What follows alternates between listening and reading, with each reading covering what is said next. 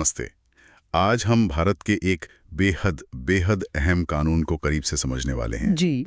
ये है अनुसूचित जाति और अनुसूचित जनजाति मतलब SC/ST अत्याचार निवारण अधिनियम 1989। हमारे पास इस कानून का मूल टेक्स्ट ही मौजूद है। जी आज इसी को देखते हैं जरा। बिल्कुल। और ये देखिए, ये वो कानून है जिसका मकसद बहुत साफ है। जो अनुसूचित जाति और जनजाति के सदस्य हैं, उनके खिलाफ जो भेदभाव होता है, जो अत्याचार होता है, उसको रोकना। सिर्फ रोकना नहीं, बल्कि ऐसे मामलों की सुनवाई तेजी से हो, इसके लिए स्पेशल कोर्ट्स हो और जो पीड़ित है उन्हें राहत मिले, उनका पुनर्वास हो, ये सब इसके दायरे में आता है। तो चलिए फिर शुरू करते हैं सबसे पहले सवाल से। इस कानून में ये शब्द जो है अत्याचार, एट्रोसिटी, इसका ठीक मतलब क्या है? मतलब कौन से काम अपराध माने जाते हैं? क्योंकि शब्द तो काफी गंभीर है। हाँ, ये बहुत जरूरी सवाल है। कानून की जो धारा 3 है, सेक्शन 3, उसमें अत्याचार के तहत आने वाले कई खास किस्म के अपराधों की, आप कह सकती हैं, एक लिस्ट दी गई है। अच्छा। और ये वो अपराध हैं जो कोई ऐसा व्यक्ति करता है जो SC या ST समुदाय से नहीं है, और करता जिसके खिलाफ है, किसी SC या ST सदस्य के खिलाफ। किस तरह के अपराध हैं ये? कुछ उदाहरण देंगी आप? हाँ, इसमें कुछ ऐसे काम शामिल हैं जो सुनकर मतलब थोड़ी हैरानी भी होती है।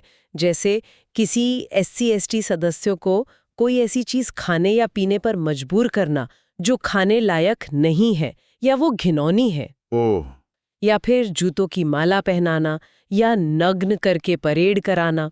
जमीन से जुड़े अपराध भी हैं इसमें, जैसे जबरदस्ती किसी की जमीन छीन लेना या किसी को उसकी जमीन से बेदखल कर देना।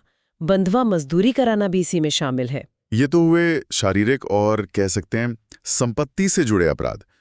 क्या सामाजिक अपमान या उस तरह की चीजें भी शामिल हैं इसमें? हाँ बिल्कुल, वो भी हैं। जैसे सार्वजनिक तौर पर सबके सामने जाति के नाम से अपमानित करना, या फिर उन्हें पानी के जो आम स्रोत होते हैं, कुआं हुआ, नल हुआ, या मंदिर, दुकान जैसे जो सार्वजनिक स्थान है, उनका इस्तेमाल करने से रोकना। या फिर किसी का सामाजिक या आर्थिक बहिष्कार कर देना, बायकॉट कर देना। ये सब भी धारा 3 के तहत अत्याचार ही माने जाते हैं। तो ये दिखाता है कि कानून सिर्फ फिजिकल वायलेंस नहीं, बल्कि सोशल और इकोनॉमिक लेवल पर जो भेदभाव है, उसको भी कितनी गंभीरता से लेता है। सही है। ये जानना बहुत जरूरी था कि इसका दायरा कितना बड़ा है। जी। अब मान लीजिए ऐसा कोई अपराध होता है, तो पीड़ितों और गवाहों की सुरक्षा, उसके लिए भी इस कानून में कुछ खास इंतजाम है? क्योंकि डर तो रहता है ऐसे मामलों में। आपने बिल्कुल सही मुद्दा उठाया। असल में 2016 में इस कानून में एक बहुत महत्वपूर्ण संशोधन हुआ था और एक नया चैप्टर 4A जोड़ा गया। ये खास तौर पर पीड़ितों और गवाहों के अधिकारों पर ही फोकस करता है। अच्छा। इसके तहत ये राज्य की, मतलब सरकार की जिम्मेदारी है कि वो पीड़ितों और गवाहों को किसी भी तरह की धमकी से या जबरदस्ती या हिंसा से बचाए। और पीड़ितों के अपने क्या अधिकार हैं इस पूरी प्रक्रिया में? उन्हें कई अधिकार दिए गए हैं। जैसे सबसे पहले तो उनके साथ निष्पक्षता से, सम्मान से और गरिमा के साथ व्यवहार किया जाए। ठीक है। उन्हें अदालती कार्रवाई की पूरी जानकारी मिले, खासकर जमानत की सुनवाई कब हो रही है ये पता चले, और उसमें उन्हें अपनी बात रखने का मौका भी दिया जाए। ये जरूरी है। हाँ, और यहाँ तक कि जांच और मुकदमे के दौरान जो आने जाने का, रहने खाने का खर्चा होता है, मतलब यात्रा और रख रखाव का खर्च, उसका भी इंतजाम है। मकसद यही है कि पीड़ित बिना डरे और बिना किसी फाइनेंशियल बोझ के न्याय प्रक्रिया में शामिल हो सकें। अच्छा, तो पीड़ितों की सुरक्षा और अधिकारों की बात तो हो गई, पर न्याय मिलने की जो प्रक्रिया है वो कैसी है इस कानून में? क्या कुछ खास इंतजाम है ताकि मामले जल्दी निपटें? आपने स्पेशल कोर्ट्स का जिक्र किया था शुरू में। हाँ बिल्कुल, ये कानून तेज सुनवाई पर बहुत जोर देता है। इसके लिए ये विशेष अदालतों यानी स्पेशल कोर्ट्स की स्थापना का निर्देश देता है। और कुछ मामलों में तो जहां अपराध ज्यादा होते हैं या गंभीर प्रकृति के होते हैं, वहां एक्सक्लूसिव स्पेशल कोर्ट्स यानी विशेष अदालतें बनाने का भी प्रावधान है। और लक्ष्य ये रखा गया है कि मुकदमा शुरू होने के बाद जहां तक हो सके 2 महीने के भीतर फैसला आ जाए। 2 महीने, ये तो सच में काफी तेज है। हाँ। अच्छा, और जमानत को लेकर भी मैंने सुना है कि कुछ बहुत सख्त नियम है इसमें। हाँ, ये एक और बहुत अहम पहलू है इस कानून का।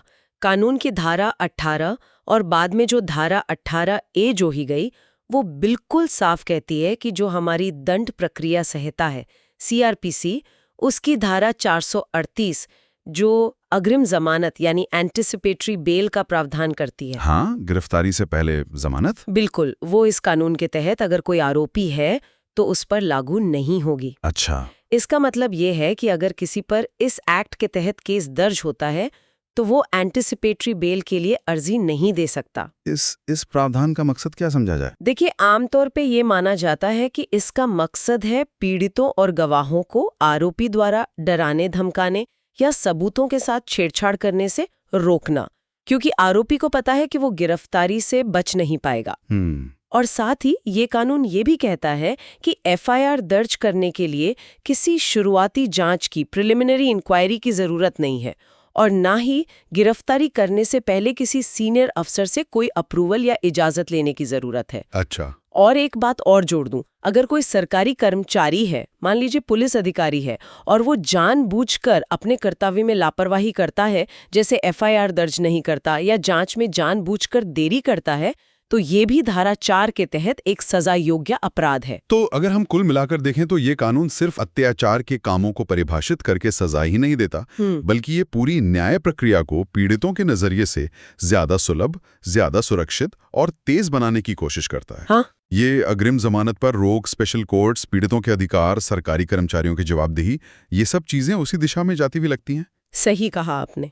ये कानून अपने आप में देखें तो काफी विस्तृत है, काफी मजबूत दिखाई देता है, लेकिन यहीं पर एक जरूरी सवाल भी उठता है जिस पर हमें सोचना चाहिए। क्या? कि कानून में इतने सारे प्रावधान होने के बावजूद, इतने सारे सुरक्षा उपाय होने के बावजूद, क्या ये जमीनी हकीकत में, असलियत में पूरी तरह से उतने प्रभावी हो पा रहे हैं जितनी इस कानून को बनाते वक्त मंशा रही होगी?